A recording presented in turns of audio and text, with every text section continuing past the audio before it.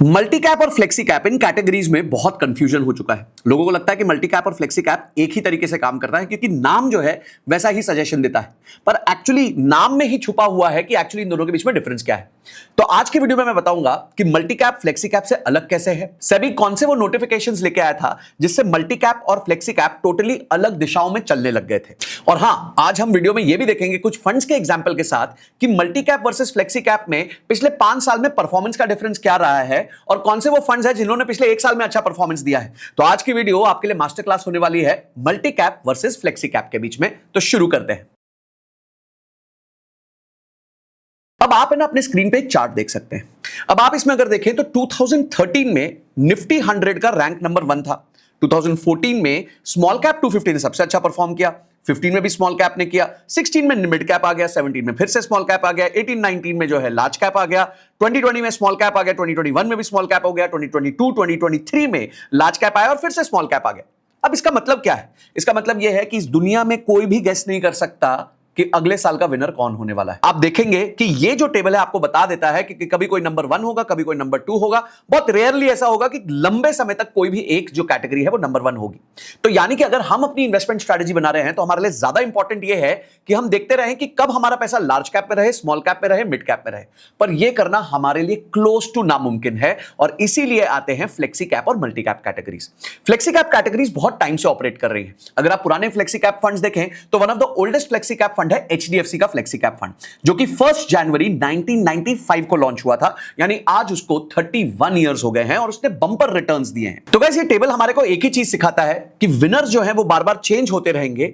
हमारे लिए इंपॉर्टेंट है इन सब में इन्वेस्टेड रहना। तो ये फ्लेक्सी कैप फंड्स में पहले क्या होता था कि जो फंड मैनेजर है उसके पास एक कंप्लीट राइट होता था कि वो कहीं भी निवेश कर सकता है। तो गाइस, अक्टूबर 2017 में सेबी का सर्कुलर आया था जिसमें उन्होंने ये मैंडेट किया था कि एक नई कैटेगरी हम क्रिएट कर रहे हैं जिसका नाम है मल्टी कैप फंड्स, जिसमें मिनिमम इक्विटी इन्वेस्टमेंट जो है वो 65% रहेगी। और उस टाइम तक भी कोई एसेट एलोकेशन पे रिस्ट्रिक्शन नहीं था कि 25% मिड कैप में आएगा, 25% लार्ज कैप में आएगा। बेसिकली फंड मैनेजर के ऊपर था। बट 2020 में बहुत कुछ बदल गया और सितंबर 2020 में 2 बड़े चेंजेस आए। पहला चेंज आया कि जो मिनिमम इन्वेस्टमेंट 65% थी इक्विटीज में वो 75% कर दी गई। यानी कि कोई भी फंड है जिसका एयूएम फॉर एग्जांपल 1000 करोड़ है, पहले वो उसमें 35% यानी कि 350 करोड़ रुपए तक जो है वो डेट इंस्ट्रूमेंट्स रख सकते थे या नॉन इक्विटी रख सकते थे। बट नए रूल के हिसाब से वो नंबर घट के 25% हो गया, यानी 250 करोड़ हो गया। अब जो है 75% इक्विटी में डिस्ट्रीब्यूट करना ही करना है और उसमें भी 100% राइट जो है वो फंड मैनेजर को नहीं दिया। उसमें बोल दिया कि 25% आपको लार्ज कैप में डालना पड़ेगा, 25% आपको मिड कैप में, 25% स्मॉल कैप में। यानी कि जो 75% इक्विटी में डालना है उसका रूल बुक पहले दिन ही सेट कर दिया गया। बचा हुआ 25% है वो अधिकार दे दिया गया फंड मैनेजर को कि भाई आप अपनी चॉइस के हिसाब से डाल सकते हो। तो सितंबर 11, 2020 एक्चुअली वो टाइम था जब frankly speaking multi cap category का इजाद हुआ है जो आज के फॉर्म में है। तो बड़ा डिफरेंस फ्लेक्सी कैप और मल्टी कैप के बीच में यह है कि फ्लेक्सी कैप फंड्स जो होते हैं उसमें फंड मैनेजर सारा पैसा उठा के लार्ज कैप में डाल सकता है, मिड कैप में डाल सकता है, स्मॉल कैप में डाल सकता है। यानी कि आप समझिए कि एक तरीके की तानाशाही है, एक तरीके की मेरी चॉइस है कि मैं कहां डालना चाहता हूं। टोटली हम फंड मैनेजर पे। पर वहीं मल्टी कैप आपको कंपलसरी डाइवर्सिफिकेशन देता है क्योंकि जैसे हमने चार्ट में देखा कि हर बार हर साल विनर बदलने वाला है। कभी लार्ज कैप होने वाला है, कभी मिड कैप होने वाला है, कभी स्मॉल कैप होने वाला है, जिससे कि गेसवर्क जो है वो कम हो जाता है। तो मल्टी कैप कैटेगरी में एक डिसिप्लिन है, एक रूल है और सिर्फ 25% की छूट है फंड मैनेजर को। अब आइए देखते हैं कि एक्चुअली क्या ये फंड्स में फॉलो होता है। हम एग्जांपल लेंगे 2 बड़े फंड्स का जिसके थ्रू मैं आपको ये चीजें समझाऊंगा। अब ऑब्वियसली जब भी मल्टी कैप या फ्लेक्सी कैप की बात होगी तो पराग पारिक फ्लेक्सी कैप फंड की बात तो होनी ही चाहिए। तो आइए चेक करते हैं पराग पारिक फ्लेक्सी कैप में किस तरीके से लार्ज कैप, मिड कैप और स्मॉल कैप का डिस्ट्रीब्यूशन है। यहां पे हम देख सकते हैं स्क्रीन पे, अगर मैं पराग पारिक की होल्डिंग्स पे जाऊं तो आप देखेंगे 94% लार्ज कैप है। 94%, यानी कि पराग पारिक का मेजर कंसंट्रेशन लार्ज कैप में है, मिड कैप में 2.39% है और स्मॉल कैप में 3.36% है। तो ये कंप्लीटली एक अलग तरीके की स्ट्रैटेजी होगी जहां पे फंड मैनेजर ही डिसाइड कर रहा है कि भाई मैं पैसे कहां डालूंगा। और अगर आप देख सकते हैं यहां पे 75% उन्होंने अपना पैसा इक्विटी में डाला हुआ है, 21% डेट में। अब ये भी स्ट्रैटेजी काम तो कर रही है क्योंकि पराग पारिक फ्लेक्सी कैप जो है वो एक अच्छा परफॉर्मिंग फंड है, पर यहां पे फंड मैनेजर पे सब कुछ निर्भर कर जाता है। यानी अगर फंड मैनेजर खराब हो गया और उसने अगर सारा पैसा स्मॉल कैप में डाल दिया होता तो तो आपका बहुत बड़ा नुकसान हो सकता था। पर वहीं हम चेक करते हैं निप्पॉन के फंड को। तो पहले हम पराग पारेख और निप्पॉन को कंपेयर करते हैं 1 ईयर, 3 ईयर, 5 ईयर रिटर्न में। तो पिछले 1 ईयर में अगर आप देखें तो पराग पारेख ने बेटर परफॉर्म किया है।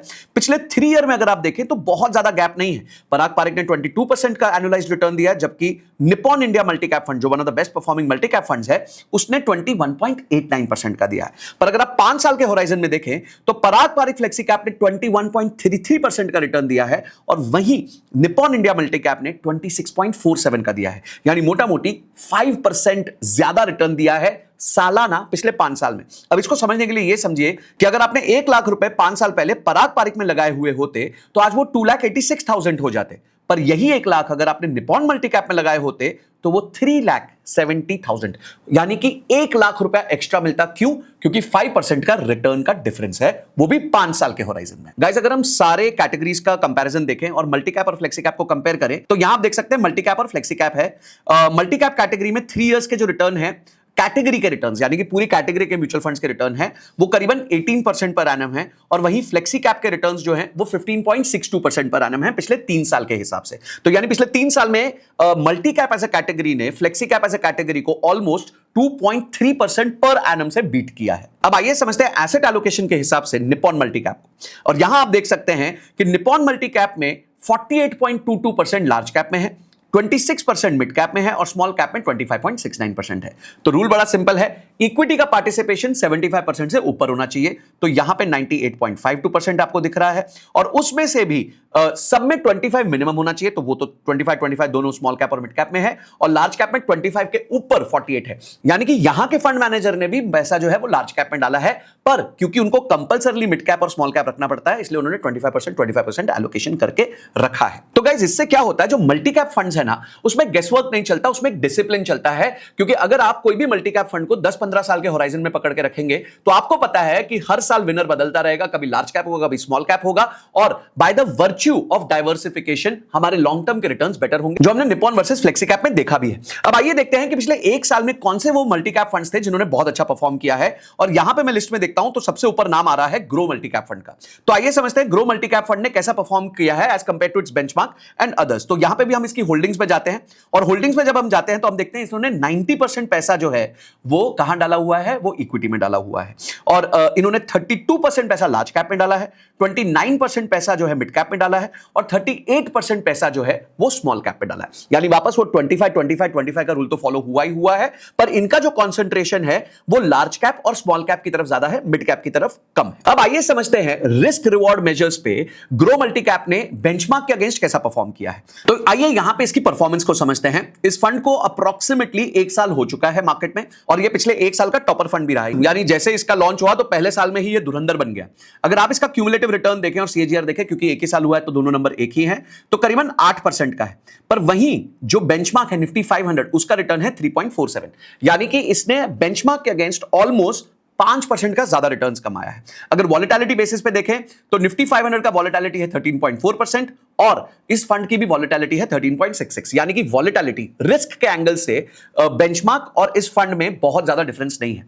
तो यानी सेम रिस्क पे बेंचमार्क ने कम रिटर्न दिया है और इस पर्टिकुलर फंड ने ज्यादा रिटर्न दिया है, रिस्क दोनों का सेम रहा है। अगर ड्रॉडाउन के टर्म्स में देखें तो ड्रॉडाउन में निफ्टी 500 का जो ड्रॉडाउन रहा है वो करीबन 13% रहा है, पर इस फंड का ड्रॉडाउन 16% रहा है। यानी कि ये एक बार ऐसा समय आया था जब ज्यादा नीचे चला गया था। अगर आप शार्प्स रेशियो के बेसिस पे देखें तो निफ्टी 500 का शार्प्स रेशियो 0.03 है, यानी रिस्क एडजस्टेड रिटर्न्स बहुत कम है। बट वही इस पर्टिकुलर फंड का शार्प रेशियो जो है वो 0.35 है, यानी कि रिस्क एडजस्टेड रिटर्न्स बेसिस पे इसने बेंचमार्क से बेटर परफॉर्म किया है। तो गाइस, आई होप आपको आज की वीडियो से कंप्लीट क्लैरिटी मिल गई होगी कि मल्टी कैप क्या होता है, फ्लेक्सी कैप क्या होता है, और आज के जो हमने टूल्स यूज किए हैं उससे आपको यह भी क्लैरिटी आ जाएगी कि किस तरीके से हमें फंड्स को देखना होता है। हमें फंड्स को सिर्फ रिटर्न्स के बेसिस पे नहीं देखना होता, हमें फंड्स को रिस्क के बेसिस पे देखना होता है। या तो फंड ने बेंचमार्क जितना ही रिस्क लेके ज्यादा रिटर्न्स बनाए हो, या फिर अगर फंड ने कम रिटर्न्स बनाए हैं तो होपफुली उसने बेंचमार्क से कम रिस्क भी लिया होना चाहिए।